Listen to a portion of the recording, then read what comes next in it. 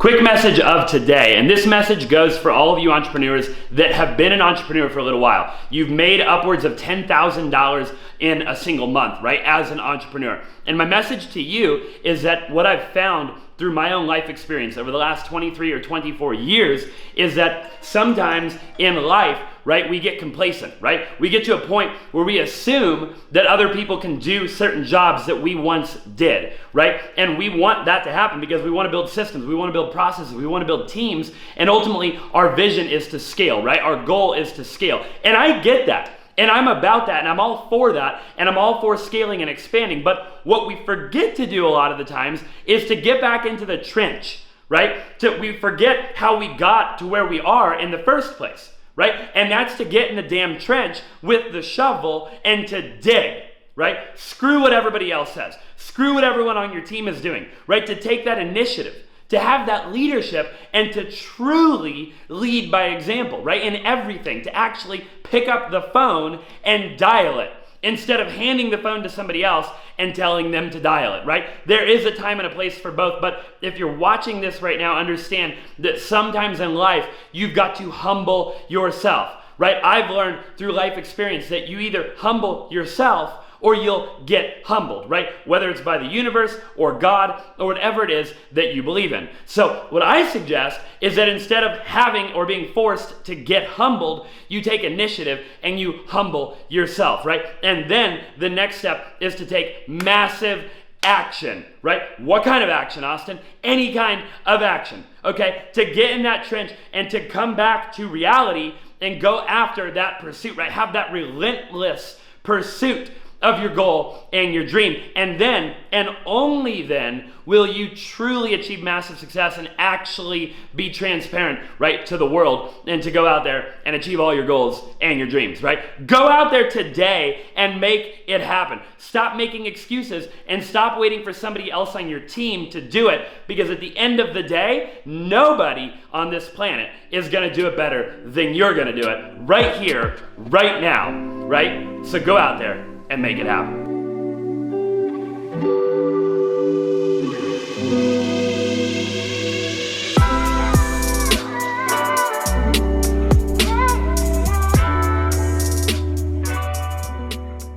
Hey, what's up? Yeah, I'm just gonna throw you down on the table and then just mute yourself, and then you can just listen. Cool.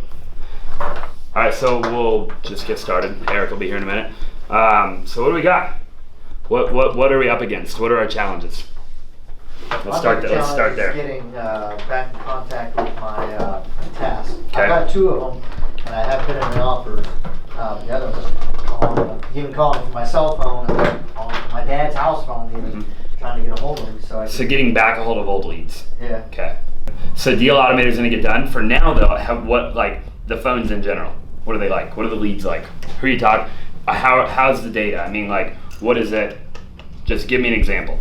I think a lot of the people I've been talking to aren't really distressed. Okay. So I mean, maybe we could list it traditionally. Sure. But a lot of people are like, well, I want either market value or much above. And Sure. I think they aren't, familiar with their area or whatnot. I've been running into a lot of people who may be wanting to sell, but definitely are not distressed. Yeah. I'd say that too. Same thing? Yeah. Okay, so we need to get more specific with our data. I think it's hard to overcome. That you're They like, want an offer, but they don't want to sell. okay. So say what we just talked about. Yeah. So they want an offer, but they're unrealistic. Mm-hmm. Okay. And that just goes back to, now are you having this conversation on the first phone call or the third or fourth or fifth? First. And how does that come about? Like, tell me how you walk me through the call. Like you call them, you give your initial pitch. Right. And then what? And then at what point does price get brought up? Okay, well, right after the introduction, say, okay, would you be interested in selling your property? And they would say, sure. Either they throw out a number that they probably have no knowledge of how they got to that number or whatnot, or maybe they do and they're over asking. Yeah. And then I would say, okay, well, tell me about the property and whatnot, get information about the property, and then I would say, okay, well, let me check with my partner and whatnot and see if we could, do the deal. And Sure.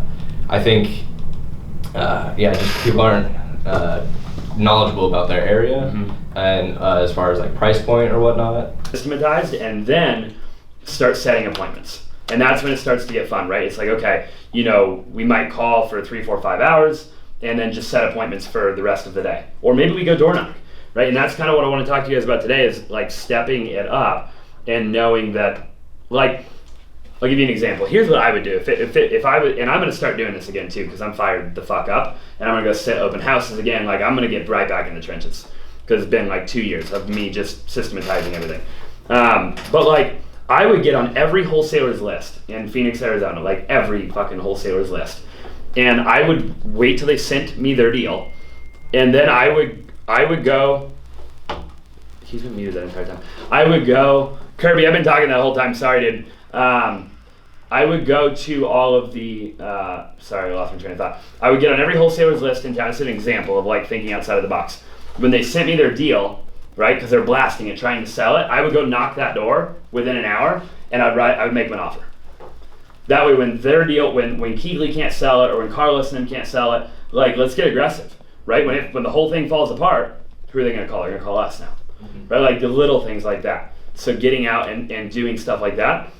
Getting out and door knocking, right? If we need door hangers, let's get door hangers. If we need post, like sticky notes, let's get sticky notes. If we need to handwrite shit, let's handwrite shit. Or like, why do you build social media? I'm like, well, what is this worth, Nick? Like, people don't understand because I'm like, wait a minute. If I meet Nick through social media, who's to say Nick doesn't call me in 30 years and say, hey bro, I got this business idea. It's gonna be worth like $1 billion. Are you down to invest in it with me? And I'm like, yeah, I'm fucking down, dude. Like, let's do it. Like, send me over the proposal, you know? We invest, I become multi-billionaire. I was already a billionaire. Now I'm worth $7 billion, right? And I met you from YouTube. right, and why? Oh, because we met on Instagram 40 years prior to that. So what is that relationship worth? See, people get caught up in this short-term thing. They're like, you know, we want the ROI tomorrow. Fuck the ROI. Like, invest some money. The ROI could happen while you're laying on your deathbed. Like somebody that you met 100 years ago, you know, is like just shows up with freaking cure to whatever your disease is. You know what I mean? Like on the last day that you're alive, like that's when the ROI could still happen.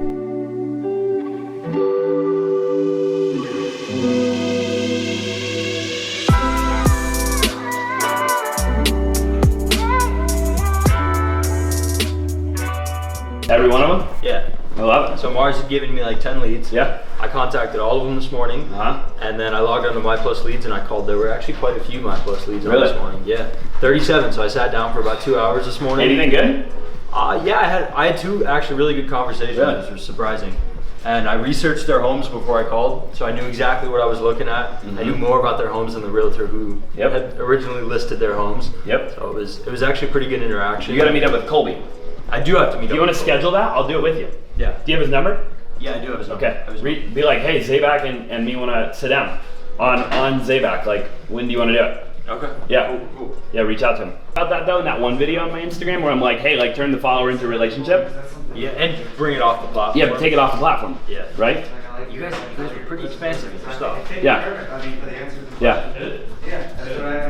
Yeah, I guess that would cover it. You know. Essentially. But I like the idea for sure. That has served particularly well either in your business or your lifestyle. Yeah, I do. Many habits. I would say my biggest one is, and all my friends would tell you time and time again, and if they were listening to this right now, they'll tell you before I even say it, and that is I'm an early riser. Okay. And it doesn't matter what time I go to bed. Huh. I've trained my body. I can go to bed at 3 o'clock in the morning. I'm up at 5. Wow. So for me, going to bed later just means I get less sleep. Yeah. I did it to myself, right? Yeah. I can't complain about it. So I wake up at 5 a.m. every day of my life. Okay. And if I don't, it's because I'm sick or something weird's going on, you know, whatever, right? Sure. But I'm an early riser, and that's my time. That's my time where I have the most energy. Nobody's bothering me. No emails are coming in. No phone calls are coming in. And I get to meditate, right? I get to do that morning routine. I get to meditate. I get to read. I get to have my time where I get to do like IMs, maybe like gratitude stuff. I get to write down, you know, just all kinds of different things. Maybe it's journaling, whatever it is for the people listening, obviously. And that is one of my biggest habits that I've like kind of acquired over the years. Huh. Obviously I have others, you know, for sure. But I there's nothing if I wake up at 8 a.m. or 9 a.m., it's a bad day. And don't get me wrong, like I'm an entrepreneur, I can shift. Straight up. And like I can make it better, but I'll still go to bed that night and regret not waking up at 5. And this goes for everybody, and something that everybody can take away is just to work hard. I think everybody thinks that they have to know everything.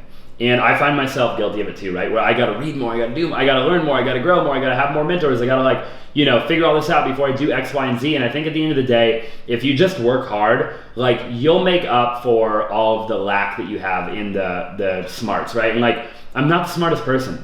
And anybody listening to this, I really want that to settle in. I know we talked about it at the beginning of the podcast interview, but I'm just genuinely not. When it comes to numbers and analytics and stuff like that, I'm good with it, but in all honesty, I'm better off outsourcing it. But what I have done my whole life is I've outworked almost anybody that I've come in contact with. And that has been the biggest deciding factor in where I'm at today. You guys are watching this right now, you might feel trapped, right? You might feel trapped in a relationship. You might feel trapped in a friendship, right? You might feel trapped in a business. You just might feel trapped in general. And I think what makes most people trapped is fear, right? And you have to take a step back in life and you have to understand that fear, number one, is false evidence appearing real, right? That's what fear stands for, right? Will Smith talked about it perfectly where he said, people are about to go jump out of an airplane, right? They're about to go skydive in 3 days from now, and they're more afraid for the next 3 days leading up to the actual jump than they are when they actually do that jump, right? And then when they actually jump out of the plane, they're 14,000 feet in the air, falling literally through the sky. He explains that it's a feeling of pure bliss. So, the night before, 2 days before, 3 days before, you're laying in bed and you're afraid. And what are you afraid of, right? You're actually in no danger whatsoever, because what you have to remember is that at maximum fear is minimum danger, right? And at minimum danger is maximum fear. Okay, so if you're watching this right now and you feel stuck, understand that it's probably due to some sort of fear. And you have to extract yourself from that situation, right? You have to leave whatever you're afraid of. You might be in a relationship and you're afraid that, you might be comfortable, right? You're in a relationship and you're comfortable because you're afraid that there might not be something else out there that's better. But the challenge with that thought process is that you're living in a scarcity mindset, right? Not an abundance mindset.